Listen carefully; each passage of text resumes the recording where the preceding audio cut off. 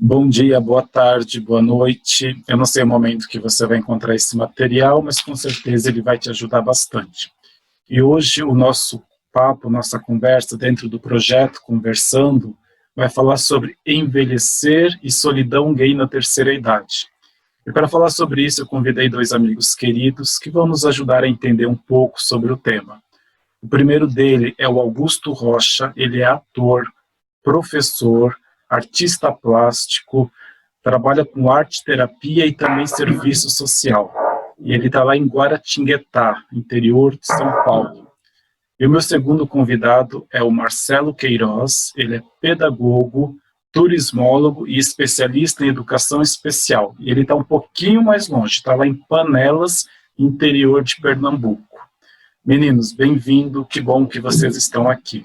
Eu quero começar perguntando para vocês, eu vou usar uma expressão do senso comum para a gente introduzir a nossa conversa. Sair do armário hoje é mais fácil? É o mesmo contexto da época de vocês ou não? Como é que vocês veem isso? Como é que vocês observam isso? Augusto. Olá, bom dia, boa tarde, boa noite. Eu sou o Augusto.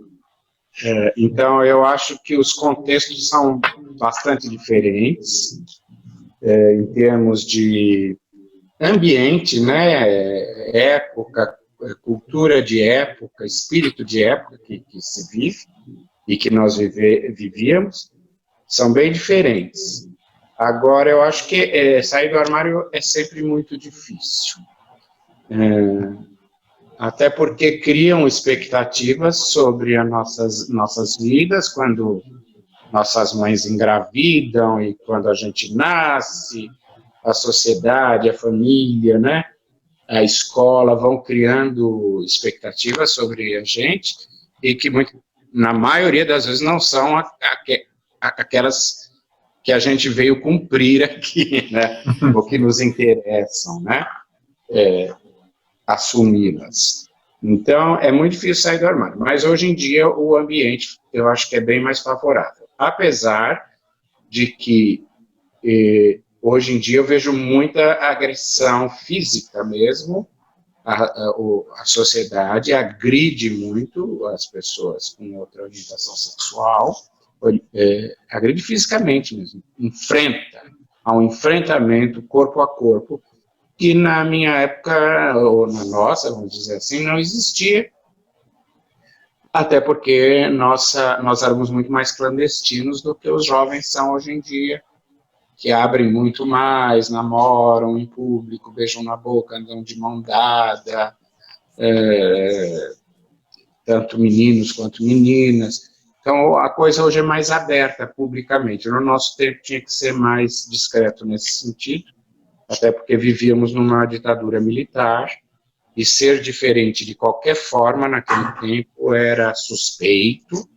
Então, eu me lembro que muitas vezes, voltando da balada, com amigos, 2, 3 pessoas juntas, eram abordadas pela polícia. Eu fui várias vezes, e não morava na periferia, não, eram bairros assim, bem centrais em São Paulo, e nos abordavam e nos levavam para a delegacia para reconhecimento, enfim, identificação, até ver que não tinha nada, constava e soltava de manhã. Mas isso acontecia. Então, tinha também essa violência, percebe? Não tinha uma violência física, assim, direta da sociedade, mas tinha do Estado. Então, era complicado. Então, naquele tempo, assim, abrir demais o comportamento era mais complicado.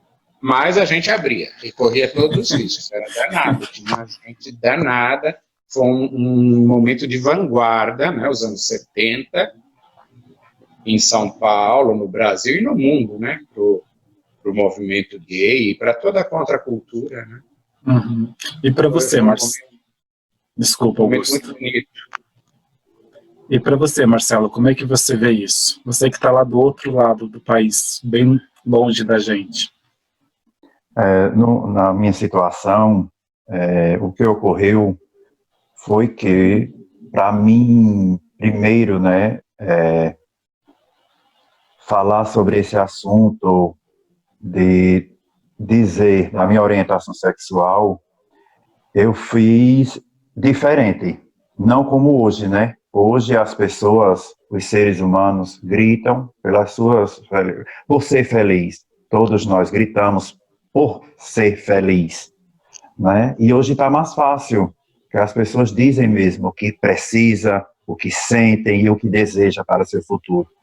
No meu caso, né, neste período, o meu foi uma construção que veio devido a meus pais que eu tinha, né?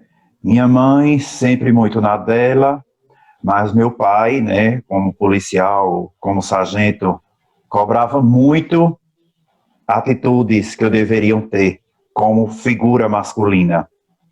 Mas não foi dessa forma. A forma que eu fiz foi o seguinte: eu fui construindo esse caminho para chegar ao ponto de ter a vida que eu tenho hoje, e não sofrer discriminação, né? Não ser menosprezado e chegar ao ponto que a minha mãe, ela própria dizer: eu quero que você seja feliz, mas me deu um neto, me deu uma netinha, e eu ficava a me questionar.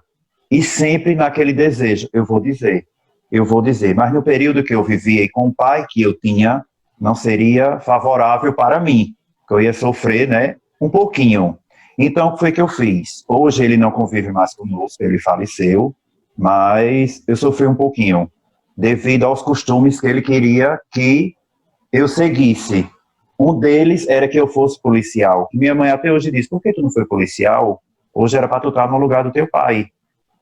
Mas aí eu digo: não é da forma que a senhora pensa, é da forma que o ser humano é e da forma que Deus prepara. E isso eu fui construindo automaticamente, minha forma de ser, minha forma de conversar com ela, minha forma de me expressar com ela, de dizer: ó, mãe, que rapaz bonito é aquele ali na televisão, olha que ator bonito, olha que cantor mais interessante. Praticamente. Aí hoje chegou a um ponto que ela não me pergunta mais: você vai me dar uma neta quando?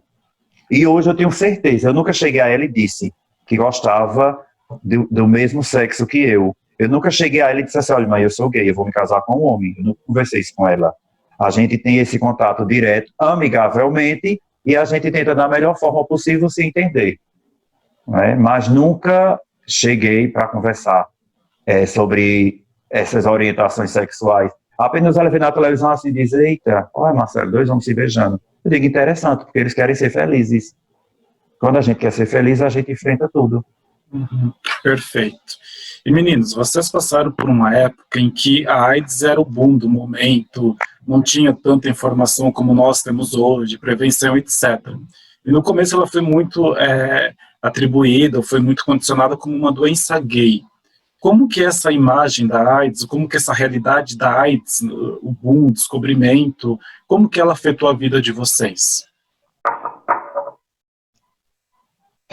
No meu caso, afetou muito.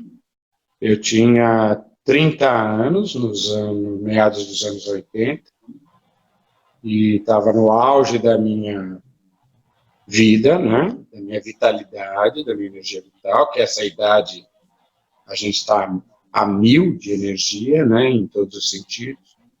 E a AIDS veio dar uma boa solapada na nossa alegria de viver. A primeira vez que eu ouvi falar da AIDS foi com o termo câncer gay.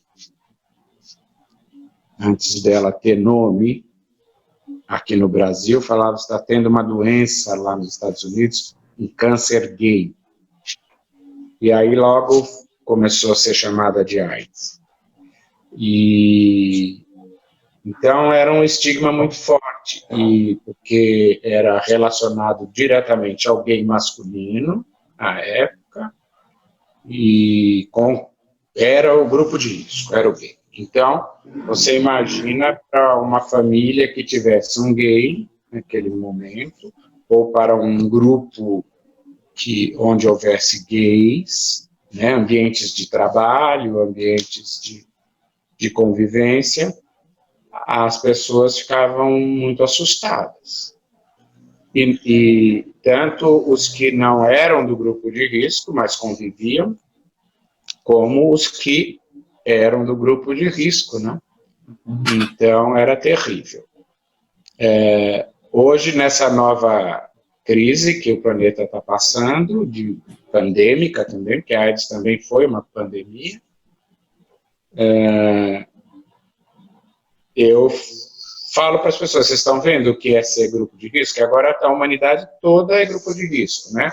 Mais os idosos, no caso. Mas já se percebeu muito cedo que atinge a todos, né?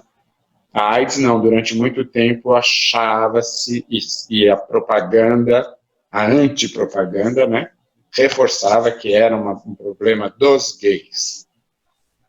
E então, hoje em dia, a humanidade está vendo como uma coisa que nós já vivemos há 30 anos atrás, está se repetindo, só que hoje em âmbito geral. Foi terrível, perdeu-se gente da mais alta qualidade na área das artes e da cultura, então, que era a área que eu estava mais focado na época, foi uma perda terrível, foi um isolamento, uma quarentena, pessoas ficaram muito abaladas, o vírus atacou não só o que ele realmente atacava, que era o sistema imunológico, como a questão psicológica, psiquiátrica, afetou muito as pessoas todas. Foi muito duro. Uhum. E assim, vocês são pessoas bem-sucedidas dentro da profissão de vocês. Ser gay dificultou vocês chegarem aonde vocês chegaram, profissionalmente falando? Marcelo, como é que foi para você? Para mim, não houve dificuldade. Para mim, houve cuidado. Eu fui mais cuidadoso comigo mesmo. Sempre tendo em mente de estudar, estudar e estudar, para vencer as barreiras. Porque aqui no interior, as pessoas ainda não aceita, respeita, mas não aceita. Então, devido a isso, eu sempre tive muito cuidado e cautela comigo mesmo, para que eu viesse a chegar onde eu estou hoje, né? No meio social, né? Bem presente, porque quando você sabe, quando a gente trabalha na educação, e principalmente na Secretaria de Educação, a gente tem muitos contatos, o município inteiro conhece você. Então, para se pôr respeito, eu tive que me dar mais respeito ainda, para que eu viesse, né, a conversar, a que eu viesse dar minhas opiniões e que eu viesse a me tornar um bom formador de opiniões. Então, foi necessário eu me podar, né, em algumas atitudes que eu tinha como ser humano, para que eu viesse a ser respeitado, mais ainda. Uhum. E para você, Augusto, como é que foi? A questão profissional... Isso, a sexualidade olha, na minha área, eu sempre trabalhei desde muito jovem com arte e nessas áreas, na área da artes plásticas, da arquitetura, do design, do teatro, foram áreas que eu trabalhei. Ser gay era um atributo muito positivo. Confiava-se mais num artista gay, que se assumisse, que tivesse um discurso mais atrevido. Então, nesse ponto, foi muito bom. Porém, mais tarde, com mais idade, quando eu migrei para a área educacional, eu senti algumas dificuldades nesse sentido, porque a área educacional exigia um outro tipo de comportamento, não tão ostensivo, um pouco mais contido, principalmente até ficar conhecido, ser mais aceito. E principalmente em alguns ambientes mais técnicos, quando tem rapaziada, técnicos, héteros, né? Assim, onde a cultura hétero é muito propagada, aí começava algum ruído, mas logo percebiam que não era por aí. Porque eu também tenho muita facilidade em me comunicar. Então, rapidamente percebia que eu não era marginal, sabe, assim, ao grupo. Sempre me integro bem aos grupos, sejam eles de que perfil sejam, e aí então eles me aceitavam rapidamente depois.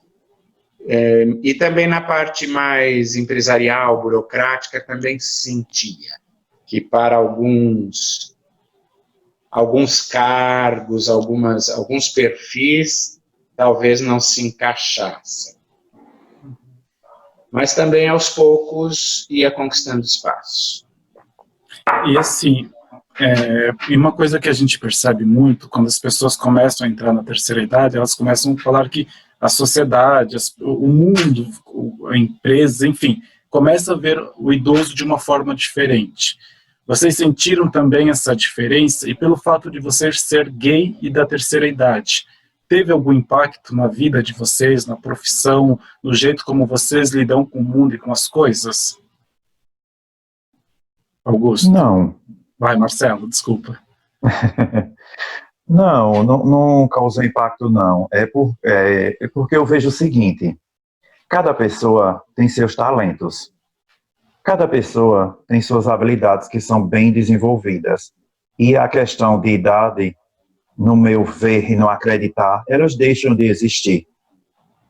Porque quando a gente faz nosso trabalho com excelência, né, e cada vez mais mostra a sua competência, a gente vai tomando esse espaço, não é, que a empresa necessita, a não ser que os dirigentes da empresa onde você trabalha tenham uma visão diferenciada, que não acreditem ou que não conheçam no seu potencial. Porque hoje as coisas estão muito fáceis demais. Hoje coloca uma pessoa para administrar, de repente, com 15, 20 dias, 30 dias, tira aquela pessoa daquele local. E cada dirigente que entra precisa formar sua equipe.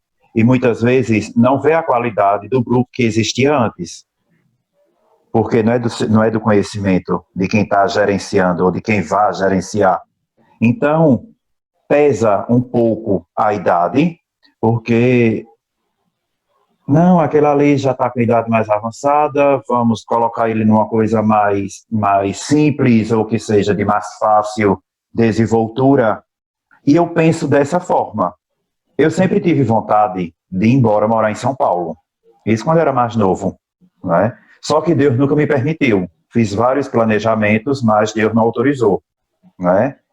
E hoje, né, eu penso o seguinte, de um dia voltar, aí me pesa nas minhas costas a idade. Hoje sim, pesa nas costas. Antes não, devido ao local que eu pretendo ir, em busca de um novo emprego. Aí me pesa. Por quê? Diga, fala. Não, pode falar, estou entendendo. Entendeu? Aí hoje me pesa. Hoje eu penso dessa forma. O que é que eu vou fazer em São Paulo? E para você? Para trabalhar, eu vou para São Paulo para o lazer. Devido à idade. Uhum. Devido à idade. E para você, Augusto? Mas como eu estou aqui em Panelas quietinho, então é mais fácil eu galgar algo a mais. E para você, Augusto, como é que você vê essa questão do envelhecer e ser gay? Olha, eu acho que para o gay, de um modo geral, é muito difícil envelhecer. Não envelhecer, mas amadurecer. Porque o amadurecimento vai trazer uma série de coisas que muitas vezes vão colidir com as coisas que estão postas aí na sociedade. Uma delas é a questão da seletividade. A pessoa mais madura fica muito mais seletiva. No meu caso, então, fiquei exageradamente seletivo. Então, isso é bom, mas, ao mesmo tempo, é ruim, atrapalha. Atrapalha em termos profissionais, afetivos, que a exigência vai ficando muito forte. Então, isso eu atribuo ao amadurecimento. Questões também de saúde. Envelhecer também pode te trazer doenças genéticas que estavam programadas para acontecer, que começam a acontecer com o passar do tempo. Também podem te atrapalhar, e atrapalham. Eu, por exemplo, fiquei diabético aos 52 anos, então é uma doença crônica, uma doença, né? Então, isso quem me trouxe? O amadurecimento. Porque assim, era um marcador genético. Na minha família, várias pessoas com essa idade se transformam em diabéticos. Bom, e com relação ao ambiente gay, eu acho que o ambiente gay não está preparado para o amadurecimento. Eu vejo pessoas mais velhas, muito sós, todos meus amigos, raríssimos têm companheiros, e quando tem companheiros são arranjos muito bem feitos, que exigem muito planejamento, vamos dizer assim, para poderem se manter. Porque é difícil. Eu acho que o ser humano não está preparado para essa longevidade que hoje em dia a sociedade está alcançando, e a gente começa a ver muito problema, né? De aceitação, de cuidado com as pessoas mais velhas, e também perceber que elas ainda estão vivas, que elas têm necessidades, e necessidades em todos os níveis. Então, a questão afetiva, eu acho, na terceira idade para o gay fica muito difícil. A solidão fica muito grande. E, vamos dizer assim, achar companheiros nessa fase é muito difícil. Principalmente no gay masculino. No gay feminino, que eu tenho algumas amigas, é bem mais fácil. Elas se, vamos dizer assim, se casam muito mais entre elas, mais maduras. E mais o masculino, de jeito nenhum. E por que você acha que é mais difícil para o masculino ter um parceiro, envelhecer com alguém do lado? Eu acho que pelo machismo. Eu acho que o machismo se manifesta muito no gay também.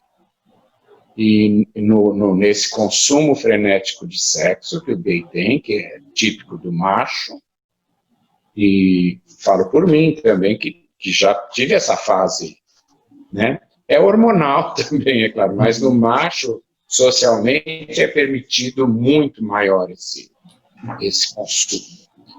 Então, existe isso muito forte, e essa coisa de querer gente jovem, carne nova. Carne nova, é impressionante. A beleza, esse mito apolíneo, né?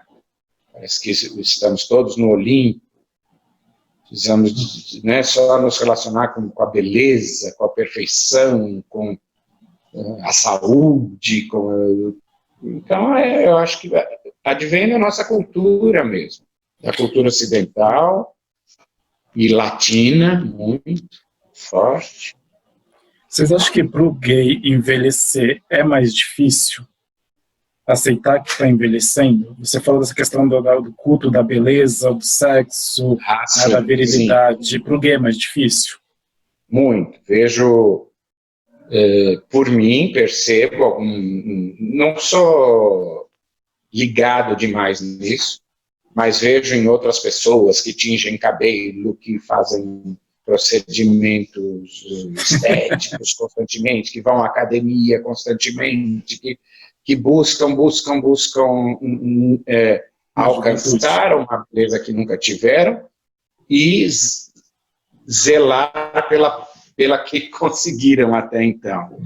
E acho que essa neurose, ela se manifesta muito nos gays. Não, na sociedade em geral, mas também nos gays. E acho sim. Eu não tinjo cabelo já há muitos anos. Pô, no começo começou a ficar branco, comecei a tingir. Depois eu vi que era uma batalha perdida, porque depois de uma semana já tem raiz de novo branca, vai tingir de novo, vai, sabe, né? Para com isso. Aí depois você vai vendo também que os pelos do seu corpo vão ficando brancos, não só o cabelo, a barba. Quer dizer, você vai mergulhar na tinta toda semana? Não dá. Então, são batalhas que você vai deixando de lado e enfrentando a situação que vai se apresentando e se harmonizando com ela, né? Procurar beleza, saúde, energia, vivacidade, com a idade que tem. Né? Não precisa estar fingindo que é jovem. E você, Marcelo, você acha que envelhecer para o gay é mais difícil? É mais difícil ele conseguir entender e perceber e construir o relacionamento, ter essa questão de uma visão a longo prazo quando conhece alguém? Com certeza. Também vejo dessa forma, que foi muito bem colocado por Augusto, devido a que eu pego uma palavra-chave, o machismo, não é? A gente poderia nem ficar triste por envelhecer se a gente tivéssemos bons amigos, bons companheiros, para que fossem pessoa presente, independentemente de um relacionamento ou não. Mas aí, como a sociedade é muito machista e cobra muito de nós, o que é que acontece?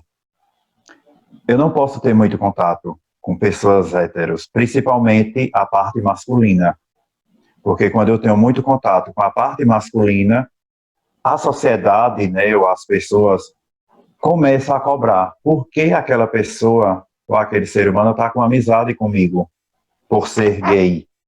Aí é onde começa a acontecer a solidão e a cobrança de si próprio. Por que as pessoas, né, se afastam de mim? Por que se afastam de mim? Aí o que é que acontece? Aí vem pesando o quê? A idade.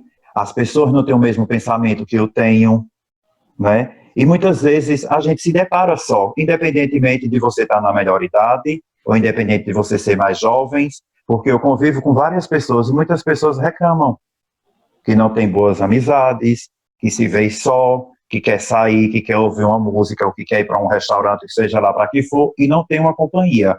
Pessoas, né, que são héteros.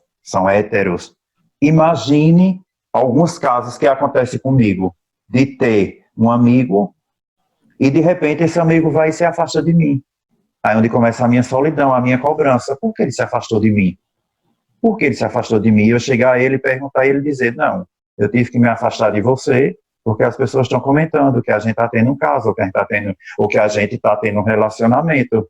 Aí vem o quê em mim? Eu fico me perguntando aqui no apartamento, o porquê de acontecer isso?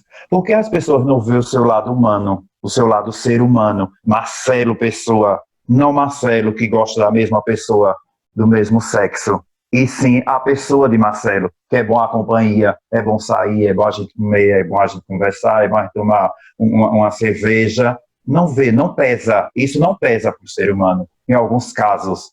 O que pesa é porque eu sou homossexual, gosto do mesmo sexo, e as pessoas estão comentando. Então, deixa de prevalecer o lado humano, né, que as pessoas deveriam ver em nós, e prevalece uma opção, eu digo não é opção, uma necessidade que eu tive, que Deus fez com que eu acontecesse, de gostar da pessoa do mesmo sexo. E para mim ser feliz, eu preciso viver isso. Eu preciso me concretizar sobre, né, ser. Eu não digo diferente, né, que nós não somos diferentes, nós somos todos iguais, apenas com expectativas e talentos diferenciados. Né, aí entristece a gente, aonde entra a solidão. Né? O Marcelo está colocando a questão do machismo dentro de uma amizade, dentro de um relacionamento de amigos, né, que muitas vezes acaba deixando porque tem medo que alguém fale alguma coisa, porque estão dizendo algo. Para a gente encerrar esse primeiro bloco, eu queria perguntar como que é o machismo gay dentro de um relacionamento. Dá um exemplo para me poder entender, para as pessoas que estão assistindo a gente, porque choca quando vocês falaram, quando alguns falaram, o machismo é uma coisa que a gente não espera, porque também é um grupo que luta tanto contra o preconceito, é uma minoria que luta e de repente reproduz isso. De que forma? Dá um exemplo para a gente, para nós encerrarmos esse primeiro momento, Augusto. Olha, em alguns relacionamentos que eu tive, na divisão do trabalho dentro da casa mesmo. Uhum. Então você vê que aquela pessoa que é, bom, enfim, que questiona a sociedade, que quer ter um outro tipo de construir um outro tipo de universo, um mundo, vamos dizer assim, construir um mundo diferente para si e para o seu companheiro, para a sua família, para o seu núcleo. Então vai morar com alguém, com outro homem. E começa a se comportar como homem. O pai dele se comporta em casa, que larga tudo no meio do caminho, não ajuda nas tarefas, fica esperando a comida ser feita. Eu já vi muito isso. A parte de cooperação nos relacionamentos, vou falar por mim, dos que eu tive foi muito pequeno. Não sei se eu sou exigente demais. Acho que talvez mas aquela questão do macho alfa. Aquela questão do macho alfa. Eu que determino, tem que ser assim. Nem é macho, né? O machismo no comportamento de homem criado por mãe, que fez tudo, educado para ser homem. Optou não ser um homem hétero. Optou por um outro modelo. Conseguiu em alguns aspectos, mas nos outros não. E aí isso é uma sobrecarga muito grande, às vezes, para os companheiros. Quando são dois assim, então, a vida fica inadministrável, né? Porque vira o caos naquela casa. Mas quando um deles é mais competente nessa área, vai sobrar para ele. Então, eu sinto isso. O machismo se comporta muito dessa forma. E também na questão da infidelidade. Comportamento de consumo, de pegar o mais gostoso, o mais jovem, o vizinho, sabe? Se comporta como o macho padrão, consumindo pessoas. Como se estivesse sempre na caça. Sempre. Mesmo tendo alguém, está na caça à procura de outro. Às vezes vê casaizinhos assim na night, né, no tempo que eu frequentava, um casal gay se beijando e o que está virado para você está te paquerando. E está beijando a boca do namorado aqui. E paquerando com os olhos o namorado do outro ali. E se bobear, ainda vai rolar alguma coisa. Se der uma brecha, e isso acontece muito, e acontecia muito, e eu acho que continua acontecendo. E é bacana. Então, eu acho que isso é machismo puro. E é bacana, né, Augusto, você falando agora, para a gente finalizar, me veio muita fala, às vezes, das mulheres, né? Eu tenho que levar ele ali, porque senão ele vai me trair, senão ele vai fazer isso, senão ele vai fazer aquilo. E aí você acaba percebendo que numa relação homo também pode acontecer isso. né? E isso A vai única fazer... vantagem que o homo acha que é uma vantagem é que ele também pode fazer. Uhum. Então começa uma vingança, uma troca de chifres ali, Que vai sistemática. destruindo a relação no fim, né? Porque Tudo. querem uma coisa, mas acabam fazendo outra, infelizmente. Isso é Meninos, triste. muito triste. Obrigado por esse primeiro momento, foi bastante rico. Daqui a pouco a gente volta para falar mais um pouco sobre isso, vamos aprofundar essa questão, tá bom? Um beijo e até daqui a pouco. Tchau. Até já.